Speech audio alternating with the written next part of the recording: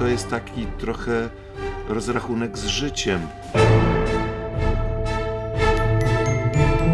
To są bardzo piękne sceny miłosne. Tam są przezabawne, bardzo komediowe sceny.